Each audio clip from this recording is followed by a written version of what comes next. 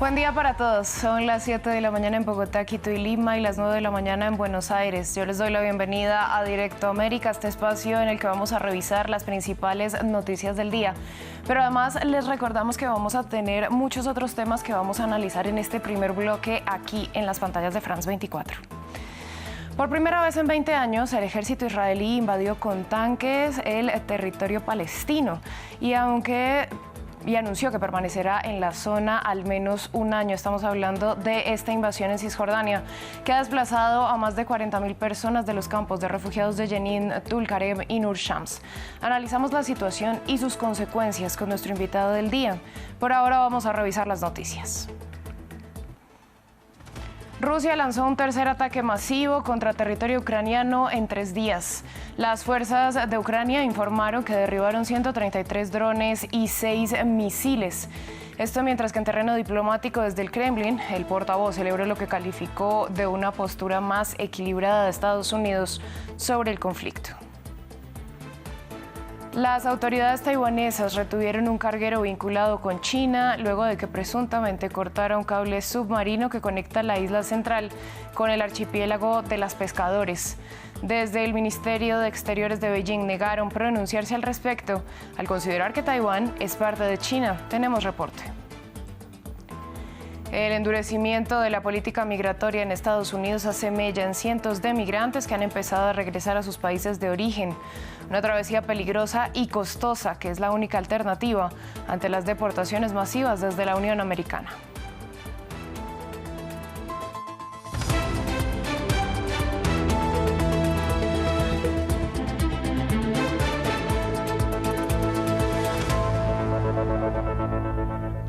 Damos inicio en Ucrania, que por tercera noche consecutiva enfrentó ataques masivos de Rusia en los que hubo al menos 4 heridos. Esto solo un día después del segundo aniversario de la guerra. Las fuerzas ucranianas informaron que derribaron 6 misiles de crucero y 133 drones. Las interceptaciones se produjeron sobre las regiones de Poltava, Dnipropetrovsk, Sumy, Kiev y Mykolaiv, entre otras.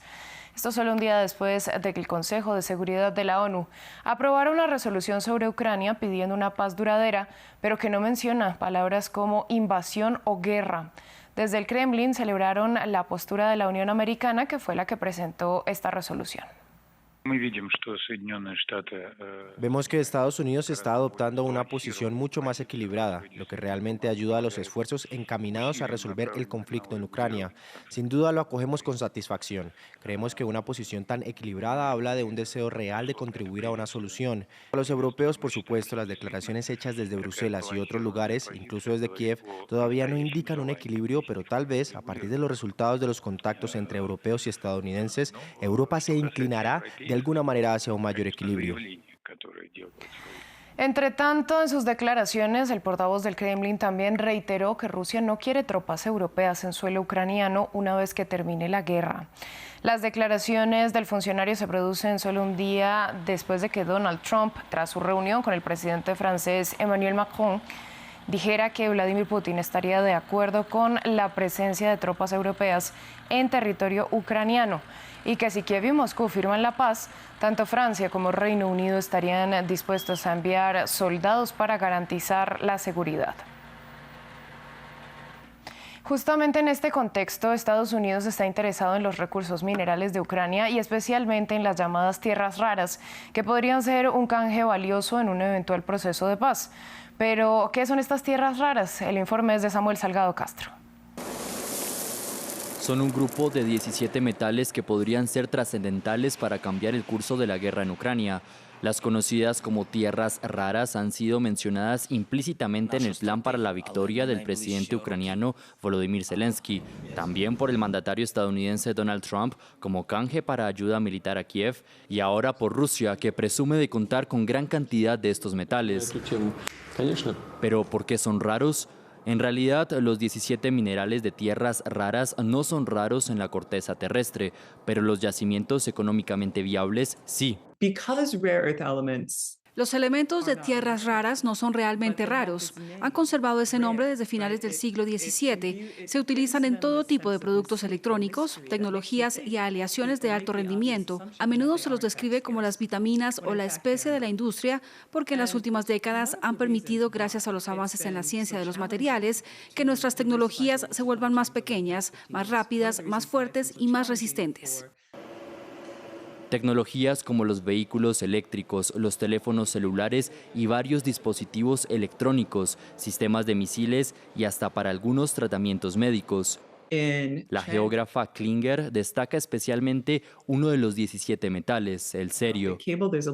Cada 30 kilómetros aproximadamente en un cable de fibra óptica hay un poco de cerio que acelera la señal, lo que permite las comunicaciones internacionales y globales por Internet. Ese mismo pigmento rojo y propiedad amplificadora de señales hacen del cerio un elemento muy importante que se utiliza en láseres que se emplean para todo, desde aplicaciones quirúrgicas hasta sistemas de guía para misiles y bombas inteligentes. China, con quien Trump ha amenazado con una guerra comercial, es el mayor productor mundial de tierras raras y muchos otros minerales críticos. Y en un sistema global cada vez más competitivo, para Estados Unidos, las tierras raras son vitales. Vamos ahora al Vaticano para actualizar la información sobre la salud del Papa Francisco. El último comunicado indica que el pontífice descansó tranquilo toda la noche. Un funcionario citado por la agencia Reuters indicó además que el Papa está comiendo normalmente y se puede desplazar por su cuarto en el Hospital Gemelli de Roma, donde lleva 12 días internado por la neumonía bilateral que enfrenta.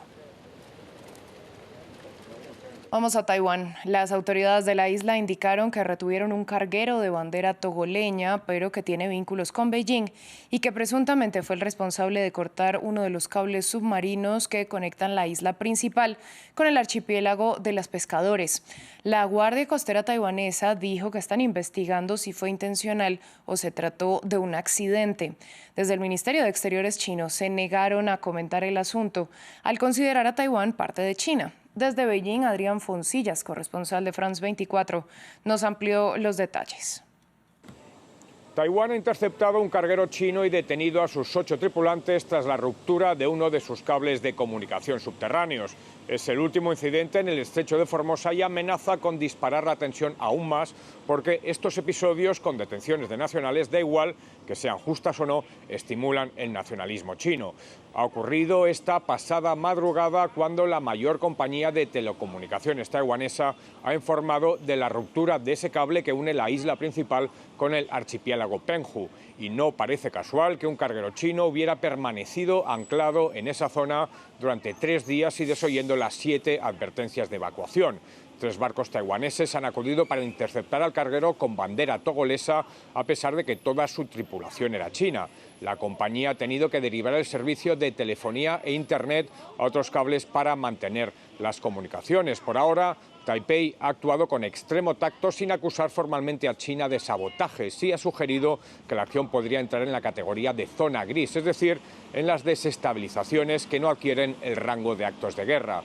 No es el primer incidente de esta naturaleza. 2 años atrás, un par de cables que daban servicio al archipiélago de Matsu quedaron arruinados con unos días de diferencia. Esos cables son críticos para la comunicación de Taiwán. Son un total de 24 que la mantienen unida al mundo, por lo que serían los primeros objetivos chinos en una invasión. La isla ha identificado en las últimas semanas a una 50 de barcos chinos con bandera de conveniencia, una práctica que suele estar aparejada a actividades ilícitas. En Corea del Sur, el Tribunal Constitucional realiza la última audiencia en medio del proceso que podría llevar a la confirmación de la destitución del presidente Yoon Suk-yeol por la declaración de la ley marcial en diciembre pasado. La vista se centra en escuchar los alegatos finales y este martes los representantes del Parlamento compararon al mandatario con un dictador. Tras la audiencia, el destino de Yoon queda en manos de los 8 jueces, que tendrán que pronunciarse en los próximos días. Vamos ahora a Siria, donde el presidente interino Ahmed al-Shara inició formalmente las sesiones del llamado diálogo nacional. El mandatario pidió unidad, reforma y la construcción de una nueva Siria sobre una base de igualdad y respeto del derecho. El funcionario destacó que Siria atraviesa un momento muy crítico de su historia y requiere que se establezcan diferentes planes para su recuperación a corto, mediano y largo plazo. La unidad de las armas y el monopolio por parte del Estado no es un lujo, sino un deber y una obligación. Siria no acepta la división, es un todo integrado y su fuerza reside en su unidad. Siria se liberó por sí sola y le conviene construirse por sí sola. Lo que estamos viviendo hoy es una oportunidad excepcional, histórica y única. Debemos aprovechar cada momento para servir a los intereses de nuestro pueblo y de nuestro país y para satisfacer los sacrificios de nuestra gente. Vamos a hablar ahora de la República Democrática del Congo. El lunes, la primera ministra congoleña compartió cifras sobre la crisis humanitaria provocada por los combates en el este del país, tras el avance del M23 apoyado por Ruanda por las regiones de Kivu del Norte y Kivu del Sur. Son más de 7.000 personas que han muerto por el conflicto. Maxime Pluvinet tiene los detalles. Kivu es escenario de una crisis humanitaria producto de la peor escalada en más de una década. En una reunión de alto nivel del Consejo de Derechos Humanos de la ONU celebrada este lunes en Ginebra, la primera ministra de la República Democrática del Congo compartió una cifra escalofriante, la de cerca de 7.000 personas muertas por los combates en el este del país desde que los rebeldes del M23, apoyados por Ruanda, iniciaron nuevos avances en enero. Cuando hablamos de los 7.000 muertos, hablamos de todas las zonas que han sufrido atrocidades en los últimos días, porque estas cifras proceden de los distintos centros de salud que tenemos en la zona. Y en Goma, según fuentes de la ONU, hay más de 3.000 muertos. También declaró que la guerra había dejado sin refugio a unas 450.000 personas tras la destrucción de 90 campos de desplazados. Solo en Goma, ciudad de 2 millones de habitantes y centro humanitario para los desplazados, los combates han causado casi 3.000 muertos. Los heridos han desbordado las instalaciones médicas. Más de 40.000 personas, en su mayoría mujeres y niños, han huido a Burundi en febrero a causa del conflicto, incluidas más de 9.000 en un solo día. En otras noticias, la política migratoria de mano dura implementada por Donald Trump ya se hace sentir en los caminos del continente americano. Para numerosos migrantes, el discurso disuasivo del mandatario estadounidense y la multiplicación de las deportaciones ya pusieron un fin al sueño americano. Ahora algunos están regresando a su país, una ruta costosa y peligrosa. El informe es de William Gasso. Luisana y Saudi habían atravesado la peligrosa selva del Darién entre Panamá y Colombia. Su objetivo era llegar a Estados Unidos y empezar una nueva vida. Sin embargo, la restrictiva política migratoria de Donald Trump acabó con su sueño americano. Empacaron sus pertenencias y están regresando a Venezuela, primero por mar, desde el Caribe panameño hasta el puerto de Necoclí en Colombia, para luego seguir por tierra hasta su país. Un viaje que ya les costó unos $2.000. El sueño americano se acabó, eso fue una ilusión. Pero gracias a Dios, pues estamos vivos, hay mucha gente que no logró salir ni de la selva. Ya no hay sueño americano. Eso ya cuando uno va a cruzar México, ya uno ya lleva el sueño roto ya. Pero uno igual con una gran esperanza de que sí, vamos a pasar, pero después ya uno se cansa. Desde la llegada de Trump a Casablanca, las expulsiones de migrantes sin documentos no paran. El presidente estadounidense prometió el mayor plan de deportaciones de la historia del país, acciones y discursos disuasivos para los migrantes que prefieren volver a sus hogares que tomar el riesgo de ser detenidos a la frontera entre México y Estados Unidos. Desde enero, este albergue en Honduras recibe más y más personas en el camino de regreso. Se ha incrementado a partir de enero, a partir de que Donald Trump toma posesión. Muchos que solo llegaban aquí a Honduras y ya su cansancio o su tema económico, entonces le pedían al Estado el tema de poder retornar a su país de destino. La nueva administración ya deportó a más de 37.600 migrantes en solo el primer mes del mandato de Trump, según datos del Departamento de Seguridad Nacional estadounidense. Una cifra que queda debajo del promedio de la precedente, que alcanzaba los 57.000 expulsiones mensuales. Al menos 17 personas resultaron heridas tras un ataque con explosivos en la población de Morales, situada en el departamento colombiano de Cauca. Al parecer, una motobomba fue detonada frente a una estación de policía del municipio. Las autoridades acusaron a un grupo armado del ataque sin especificar cuál. Cauca es uno de los departamentos más violentos en Colombia, donde tienen presencia tanto la guerrilla del ELN como las disidencias de las extintas FARC y otros grupos ligados al narcotráfico. Lo único que vi fue en medio de que yo estaba así toda, no podía ver bien prácticamente, miré a los policías. Los vi en el suelo y vi a niños y vi a un señor que también recibió el golpe y la moto que estaba incendiada. Entonces lo único que hice fue cerrar el local y tratar de salir del lugar. La cantante estadounidense Roberta Flack falleció el lunes a los 88 años, rodeada de su familia. Sufría de la enfermedad de Charcot, era un ícono de la música soul de los años 70. Ampliamos de su trayectoria en el informe.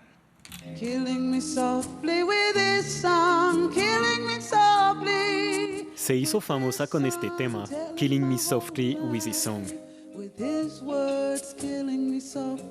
Originaria de Carolina del Norte y de una familia de músicos, la cantante afroamericana Roberta Flack falleció a los 88 años. Un icono del soul de los años 70, que se hizo famosa con The First Time Ever I Saw Your Face.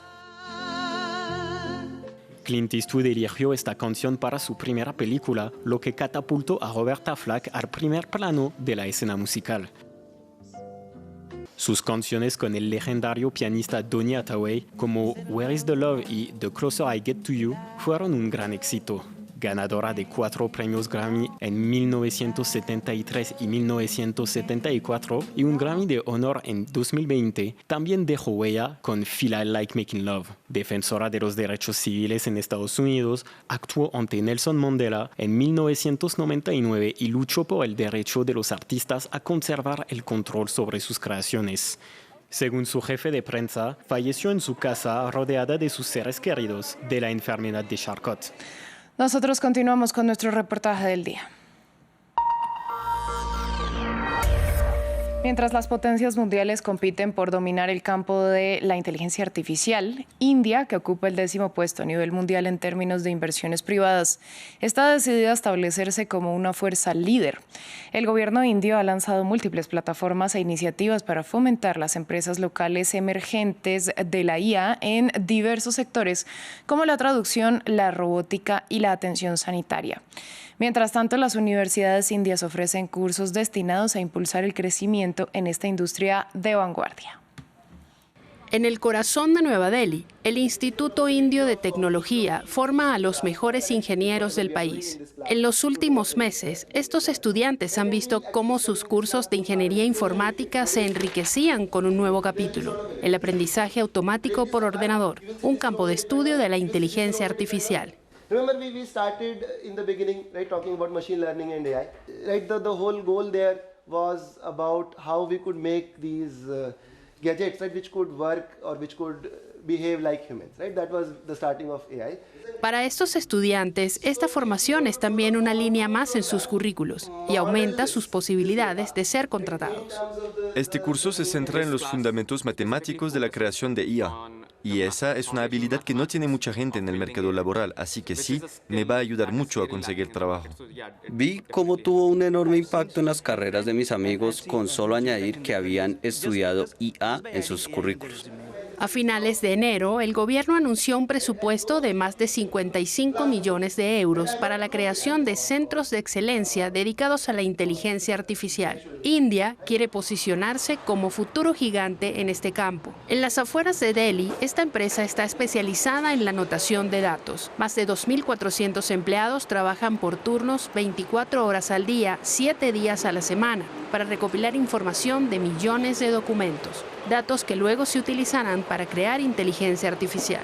Rohan Agrawal es el fundador de esta startup. Sus clientes, que suministran los datos que hay que anotar, van desde el sector médico hasta la agricultura, pasando por las ventas y la industria del automóvil. Se trata de imágenes tomadas de un salpicadero montado en un coche y lo que tenemos que hacer es mirar la imagen e identificar las distintas señales de tránsito, semáforos, peatones, personas. Básicamente tenemos que transmitir estos conocimientos a la máquina para que aprenda por sí misma y saque sus propias conclusiones. Uno de los principales activos de la India es su mano de obra cualificada que puede realizar tareas esenciales para la creación de inteligencia artificial. El talento está ahí y eso es una gran ventaja para nosotros. Y no hay barrera lingüística. En la India se habla inglés y mucha gente lo domina. Y en términos de costes y salarios, podemos ofrecer tarifas muy competitivas para este trabajo. En 2023, cerca de 1.400 millones de euros fueron invertidos por agentes privados en la India en actividades relacionadas con la inteligencia artificial, una cantidad cercana a la de países como Francia y Alemania. Uno de los muchos sectores que atraen ese tipo de inversiones es la sanidad. En Bangalore, al sur del país, el servicio de radiología y neurocirugía de este hospital utiliza la inteligencia artificial en cuanto un paciente presenta síntomas de un derrame cerebral. La IA ha identificado una parte del cerebro que ha sufrido una hemorragia. Es muy sutil y podemos pasarlo por alto. Basándose en estas imágenes, la inteligencia artificial está ayudando al doctor Prathan Bisani a detectar en cuestión de minutos hemorragias cerebrales invisibles a simple vista o que un escáner ha sido incapaz de detectar. Cuanto antes se pueda hacer un diagnóstico, más rápido se podrá administrar el tratamiento adecuado y mayores serán las posibilidades de recuperación funcional. El tiempo es esencial cuando se trata de salvar a un paciente con ictus. Detrás de esta revolución hay una empresa 100% india. Estos ingenieros, respaldados por la experiencia de los médicos, han desarrollado algoritmos que también pueden detectar el cáncer de pulmón en una fase temprana y acelerar el cribado de la tuberculosis. Esta es la radiografía original y esta es la versión después de usar IA que encontró una parte más opaca y que se encontraron signos de tuberculosis. La tecnología ha sido aprobada por la OMS y la FDA, la Administración de Alimentos y Medicamentos de Estados Unidos, y ya se han implantado en varios hospitales de Francia y el Reino Unido. Pero Cure AI se concibió sobre todo para hacer más accesibles este tipo de atención en los países en desarrollo, especialmente en las zonas rurales donde escasean las infraestructuras médicas. Partimos de la observación de que la India tiene una grave escasez de expertos en radiología. Aquí una gran parte de la población es pobre y no puede permitirse perder un día de sueldo. Eso ya no es así, porque en el mismo día pueden ser examinados, hacerse una radiografía y obtener medicación. Antes, sin la IA, las radiografías se enviaban a un hospital de la ciudad y luego había que esperar 2 semanas para el informe final y después posiblemente realizar otras pruebas. Este ciclo de un mes se ha reducido a unas pocas horas. Para el gobierno indio también se plantea la cuestión de cómo regular la inteligencia artificial. La lucha contra los deepfakes, la protección de los datos personales y la seguridad nacional. Nueva Delhi estudia ahora una legislación y también quiere hacer oír su voz en este tema frente a Estados Unidos, China y la Unión Europea. La India quiere utilizar la IA como herramienta para la innovación, al igual que está haciendo el gobierno de Estados Unidos. Pero el gobierno también quiere asegurarse de que no haya riesgos para el público y quiere proteger los derechos de sus ciudadanos. Pero creo que el verdadero valor añadido que aportaría India sería presentar una visión que pueda adoptarse y reflejarse en los países en desarrollo. Para finales de año, India planea lanzar su propio modelo de inteligencia artificial generativa para competir con el estadounidense ChatGPT o DeepSeek, el último producto chino. Vamos ahora con nuestro invitado del día. Mientras el gobierno de Benjamín Netanyahu amenaza con romper la tregua en la Franja de Gaza, también ordenó la operación Muro de Hierro en Cisjordania ocupada. Por primera vez en 20 años, el ejército israelí invadió con tanques este territorio palestino y anunció que permanecerá en la zona al menos un año. La invasión ha desplazado a más de 40.000 personas de los campos de refugiados de Jenin, Tulkarem y Nur Shams. Para el análisis conectamos con Susana Mangana, ella es analista política especializada en Oriente Medio. Le doy la bienvenida a France 24. En principio le pregunto, el gobierno israelí asegura que se trata de una operación antiterrorista que permanecerá un año en la zona y que los palestinos no podrán regresar a sus hogares. ¿Tiene un marco legal esta invasión? No, Valentina, efectivamente no lo tiene. No es legal lo que está haciendo el gobierno de Netanyahu y sobre todo las Fuerzas Armadas, que ahora sí están invadiendo con tanques de guerra. Es usual o es bastante común que su personal militar pueda llevar adelante redadas o que invadan territorio que está controlado incluso por la autoridad palestina en Cisjordania, donde viven 3 millones de palestinos. Pero para este tipo de incursión que pretende establecer allí corredores, como lo ha hecho, por ejemplo, en Gaza, para facilitar el transporte pesado de sus blindados, no es legal y no se ajusta al derecho internacional, Valentina. Bueno, Susana, ¿por qué el ejército israelí intensificó estas ofensivas contra Cisjordania ocupada desde el inicio de la tregua en la Franja de Gaza? Bueno, el pretexto del gobierno encabezado por Benjamín Netanyahu, que recordemos que ha sido condenado por la Corte Penal Internacional de La Haya como criminal de guerra, la versión oficial sería que están combatiendo elementos subversivos y sobre todo a terroristas que están allí infiltrados en los campos de refugiados de Jenin o de Tulkarem o de Nur el-Shams, como tú comentabas. Pero esta es la versión oficial, la cual no podemos dar demasiado crédito a estas alturas, sabiendo cuál es el objetivo final, sobre todo de un ministro de Defensa y anteriormente otros ministros que ha tenido no solo Ben-Gvir o Smotrich, también tenemos al que fuera ministro de Exteriores Katz, que ahora está comandando esta operación y es quien ha dicho que estas personas, 40.000 ya que han sido desalojadas de sus hogares, que no podrán regresar, como no podrán hacerlo los terroristas, pues lo que pretenden es hostigar a los palestinos para justamente intensificar la ocupación y de esta manera pues seguir consolidando el objetivo de vaciar partes de Cisjordania, igual que ya han logrado desplazar a millones de personas, porque son cerca de 2 millones de palestinos que fueron desplazados de sus hogares en Gaza y que no encuentran un lugar seguro donde residir. Pues lo mismo están haciendo ahora en Cisjordania, Valentina, con esta intención de cansar, de hostigar, pero sobre todo de ocupar nuevamente territorio, ya más de lo que ocupan. 63% de Cisjordania está ocupado militarmente, pero bueno, zonas que están densamente pobladas por palestinos y sobre todo estas zonas de campos de refugiados cercanos también a Ramallah, pues ocupar y quedarse allí pues indefinidamente. Bueno, sabemos que Benjamín Netanyahu enfrenta múltiples presiones desde varios frentes, pero una de ellas es la de los ultraconservadores que están dentro del gobierno, que han defendido una anexión total de Cisjordania ocupada. ¿De alguna manera esta invasión puede ir en esa dirección?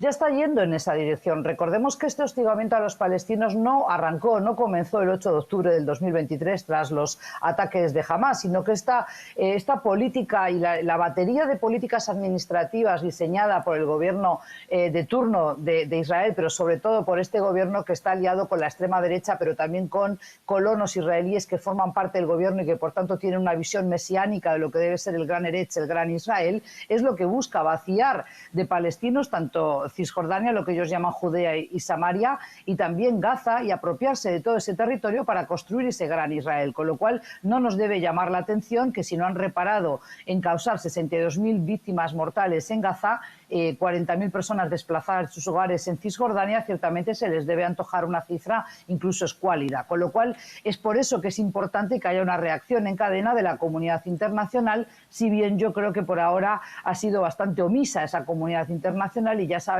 que con la actual administración en Estados Unidos, con un Trump en la Casa Blanca que pretende construir una riviera en Gaza, pues evidentemente Netanyahu se sabe muy bien respaldado por el presidente estadounidense y eso no nos da ningún viso de esperanza ni para Gaza ni para Cisjordania ahora. Bueno, yo justamente le pregunto por Donald Trump, porque sabemos que lleva un mes en la Casa Blanca, pero desde sus primeros días suspendió las sanciones a los colonos violentos. ¿De alguna manera esto también favorece el objetivo de Israel?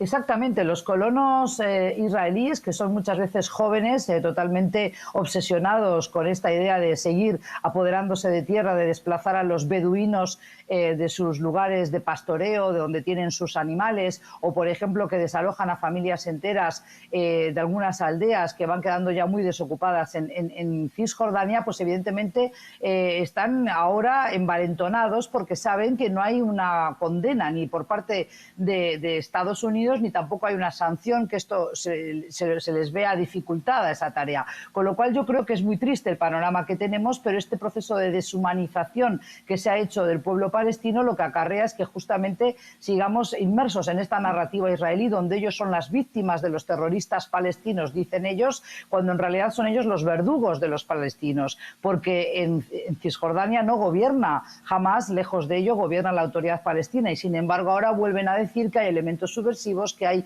indicios de que hay grupos armados, terroristas infiltrados en los campos de refugiados, todo esto como pretexto para desconocer el derecho internacional, porque Israel como potencia ocupante, como país que está ocupando un territorio en disputa y un territorio ocupado que pertenecería a ese futuro Estado palestino, si es que alguna vez ve la luz, Valentina, tiene la obligación de proveer de servicios básicos, alimento, población, atención médica, por ejemplo, a los palestinos. Sin embargo, todo esto se ve ahora imposibilitado porque hay pues tanques y soldados bloqueando carreteras que están siendo también bombardeadas para evitar el traslado de los palestinos incluso. Sí.